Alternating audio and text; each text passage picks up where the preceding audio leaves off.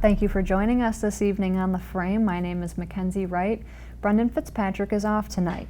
We begin with an update on a story we brought you last week. The future of a citywide community center is looking bright. As the city of Framingham officially announced the purchase of the former Marion High School on Union Avenue, the secured location, which was previously a private Catholic high school, will be renovated into a space for community members to gather.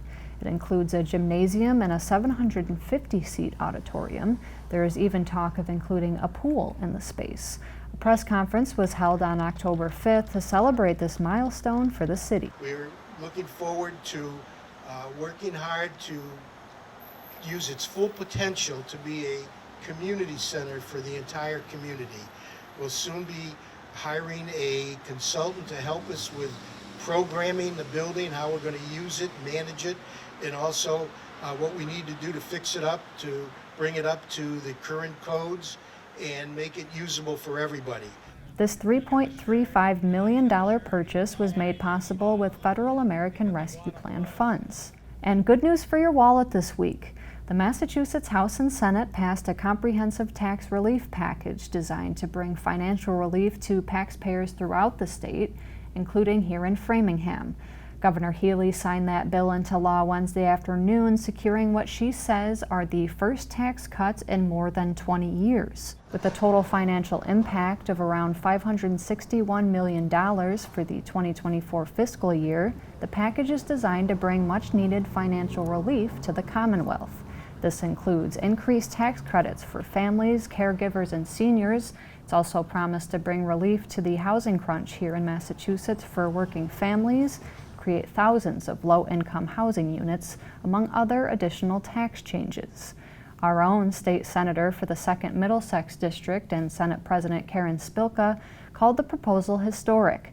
She joined other legislative leaders to discuss the significance of this bill. It is the largest bipartisan legislative tax relief proposal in over a generation. It will help, this tax relief bill will help alleviate many financial burdens that our families, our seniors, our renters face, and put real dollars in their pockets. Spilka went on to say that this bill will make Massachusetts more affordable, equitable, and more competitive.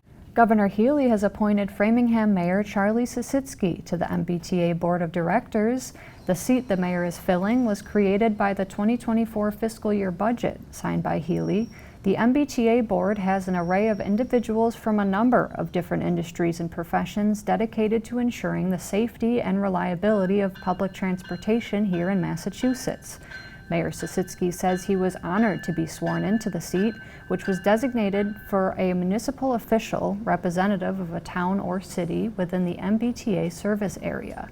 Mayor Sisitsky said in a statement, "I know what it's like to live in a community that relies on the MBTA, and I hope to use that perspective to better support the future of Massachusetts public transportation. I look forward to working with the rest of the board and the Healy-Driscoll administration to make the MBTA more accessible and reliable." And in other news, accessory dwelling units, or ADUs, has been a topic of discussion for years here in Framingham. A vote on whether or not to allow them in the city was on the agenda at the October 3rd City Council meeting. Mr. Chairman, I vote yes. Amen. Council Long. No. Council Malik. Yes. Council Steiner. Yes. Council Stefanini. Yes. Ottaviani, yes. Council Bruno. Yes. Council King. Yes. Council Alexander. Yes. Council Bryant. Yes. Council Stuart Morales. Yes. Let the record reflect the vote is 10-1.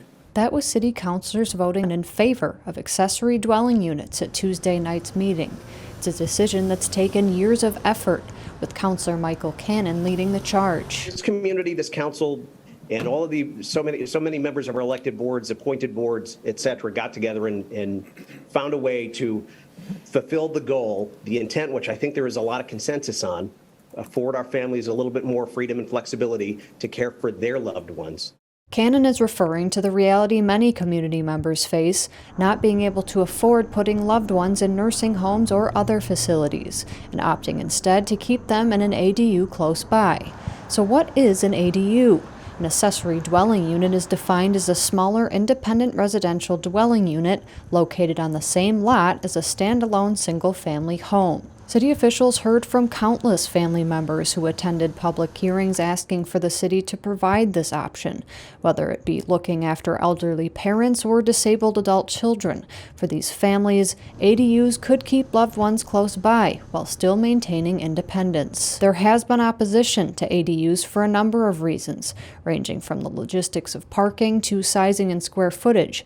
Councilwoman Long, who shared her personal experiences looking after her own elderly parents, doesn't believe ADUs are the end-all, be-all solution. This is truly for care for a family member, unless you're going to have somebody living in to the other unit, taking care of them. Your own family member is not going to be able to take care of them if they're in a separated unit. They're at risk to fall, or if they're at risk, they have seizures. No one's going to be there to save them. So for those reasons, I can't support this ordinance.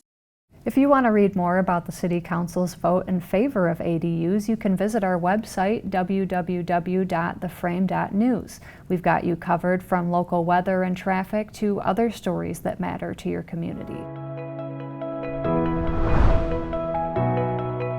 If you found yourself at Framingham Farmers Market this past 2023 season, you may have noticed the Framingham Public Library's Bookmobile.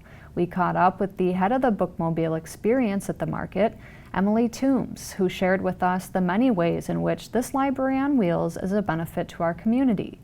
From returning books to getting a library card, she has you covered on the road. This is our weekly focus. Framingham Public Library Bookmobile. It travels all over the city of Framingham. We go to daycares, after-school programs, assisted living centers. We go to lots of community events. So if you ever want to know what's going on in Framingham, you can also check out what the Bookmobile is doing. For people who may not know, tell us more about the Bookmobile. So there are other bookmobiles, and there are other bookmobiles in Massachusetts, but not every library system does have one. So it is something that's fairly unique, and this one was built in 2019 from funds raised by the Framingham Library Foundation. And then, of course, the pandemic hit, so the Bookmobile was off the road for a while, but it has had a robust schedule for quite some time now. We are back out there, and yeah, we're really happy to be serving the community. What about accessibility? You know, say people don't have transportation to get to the library. Why is that important to sort of bring that resource directly to community members? Yeah, so the Bookmobile is an opportunity to bring the library as a mobile platform to all areas of Framingham, just to get people excited about the library. You know, we go to a lot of after-school programs just because we know that the Bookmobile can be an exciting adventure for kids, and it can spark that passion for reading. In an era of new technology, you know, digitalization, what is it about having the, you know, book in hand that sort of stands the test of time? Oh, I mean, having that physical book where you're turning the pages. Some people, including myself, love the smell of the books. Yeah, there's just something about it that it's totally your own mind reading the story. Although I do love audiobooks as well, so I use our apps, Libby and Hoopla, all the time to listen to audiobooks. A lot of really great narrators out there. And then we actually do also have audiobooks on the Bookmobile. But yeah, just having that physical book, you know, there's something magical and personal about it. And I love what you said, the idea of, you know, sparking inspiration for younger kids, you know, to read, to learn. Tell me more about that. Oh my gosh. The kids where we've been going to maybe their daycare, their after-school program, these kids now come on with this sense of ownership of the Bookmobile. They come in with confidence. They know what section they want to go to. They're looking for the books. They feel comfortable telling me exactly what they want. And I just love seeing that confidence in the library. And they're excited to check out books because it's something special. It's something that maybe shows up only once or twice a month. And in your time, driving around on your bookmobile here in Framingham, have you discovered anything really unique to this community here? This community is so proud of its diversity, and I love seeing the pride and the beautiful artwork and murals everywhere. That's something that if you go looking for the artwork, it is just absolutely breathtaking. So that's something I really love. And is the, content in the bookmobile, does that sort of reflect the diversity that's present in the community here in Framingham? Yes, so we do have books in English as well as Spanish, Portuguese, Chinese, and if anyone wants to request books for future stops in other languages, we can bring them from the Framingham Public Library, where we have a robust international collection or language collection. And we can also order things from anywhere in the Minuteman Network, and we can even reach beyond that if somebody's seeking particular library materials. The public library is there to serve the community. It's there to serve the people. And we have so many resources that we want to share. We have so many programs for all different age groups. We have virtual, hybrid, in-person. We have an incredible library of things where you can check out anything from an electric guitar and an amp to a ukulele to tools. Whatever it is, we're there to help people with anything. Wonderful, I love that. Thank you so much for taking the time to talk with us today. You're welcome. And if you missed the bookmobile at the market, which had its last day of the season last week, Emily encourages you to check out the bookmobile's calendar on their website, www.framinghamlibrary.org. She assured us there are plenty of exciting events herself and the bookmobile will be visiting this fall. If you do spot the bookmobile zooming around the city or at an event in the coming weeks, we would love to see photos of your experience. You can tag us on Instagram at @framenews_.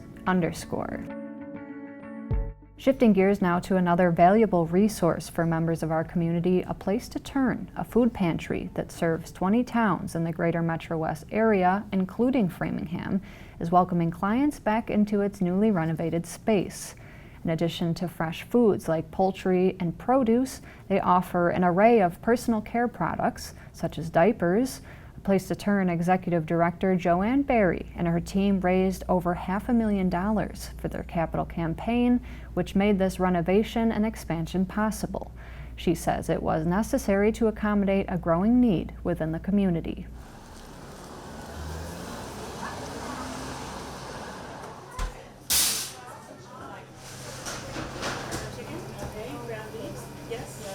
The need has certainly increased, and this addition is a result of that need. We want to be able to continue to serve. So we're here to help. And have lemon or lime? We're so happy to have people come into our new space. 3.5 years of serving outside because of COVID. Floors are all new and the spaces are all bright and easy to maneuver. So a lot more space to bring our clients through. To help people who, through no fault of their own, are struggling, with the economy the way it is. They're working 1 and 2 jobs. They are struggling, they're making minimum wage. It's hard to, exist, especially you have kids in school, you have different expenses. There's some bagels, there's some English muffins. Our pride and joy is certainly our shopping experience. We want to not be a giver-receiver situation. We want to work together with the family or the individual to provide what they need. All right, let's just push this cart right here. We don't just give out cans and other food that they could probably get at other pantries or the Greater Food Bank. We're all about fresh and nutritious food and also culturally appropriate food.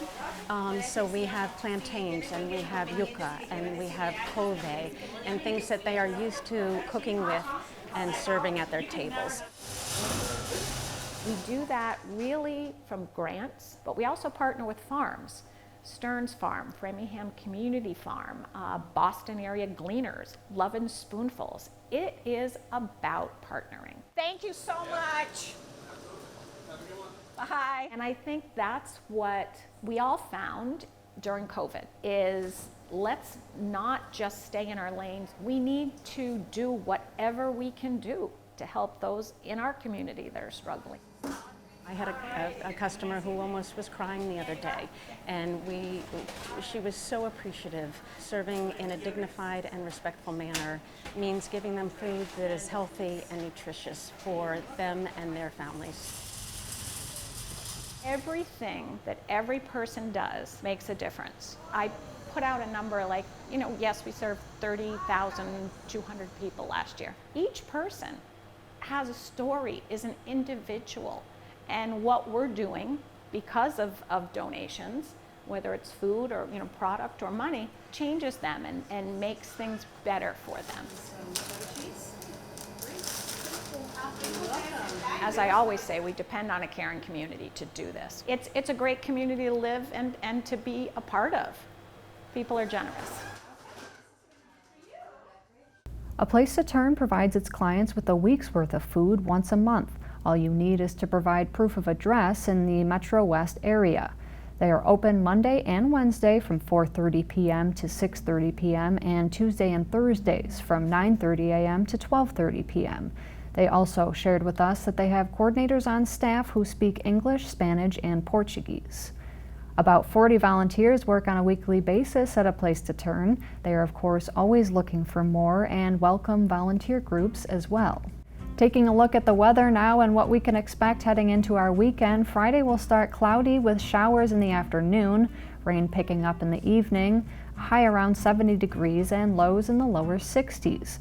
That rain will continue into Saturday, highs in the mid-60s with lows cooling down to the upper 40s, and on Sunday, a chance of sunshine peeking through partly cloudy skies, highs in the lower 60s and lows in the upper 40s. It certainly would be great to see some sun at Gillette Stadium on Sunday when the Patriots take on the Saints at 1 p.m. here in New England. Starting next Tuesday, that's the 10th of October, the city's water department will begin conducting water flushing in designated areas. This is expected to last 6 weeks and could cause discoloration in water and a reduction in water pressure. The discoloration is temporary and not harmful. However, if the condition lasts longer than 24 hours, you are advised to contact Framingham's Water Department. Their phone number is 508-532-6050. Water main flushing is scheduled from 8 a.m. to 3 p.m. in residential areas and 10 p.m. to 5 a.m. in business and commercial areas. Its purpose is to improve the quality of drinking water. Flushing is set to begin in Zone A1 and progress throughout the city. You could find a map of Framingham's flushing program zones on our website, www.theframe.news. Some other things happening in our community. If you are in need of some handiwork, you can head right over to Scott Hall First Parish near the Center Common, where they will be hosting a repair cafe on Saturday, October 7th from 2 to 5 p.m. You can bring your items that need fixing, from clothing and jewelry to small appliances, computers, bicycles, and more, to get it fixed for free. And with the school year well underway, the Framingham Public Library's Homework Center reopened this week. That's at the main branch library on Lexington Street in their Technology Learning Center. You are welcome to stop by Monday through Thursday weekly from 3 p.m. to 6 p.m. for free tutoring and homework help. And a reminder that The Frame is an initiative of Access Framingham, your local community media center located right here on Vernon Street Studios. Thanks to them, we're able to present The Frame to you. Access Framingham can be found on RCN Channel 3, RCN HD Channel 1100, Comcast Channel 9, and Verizon Channel 43. More details can be found online at www.accessfram.tv. That's going to do it for this week's Framingham News in Focus. For all of us here at The Frame, we want to thank you for sharing your time with us this evening. My name is Mackenzie Wright. We'll see you next Thursday. Have a wonderful week.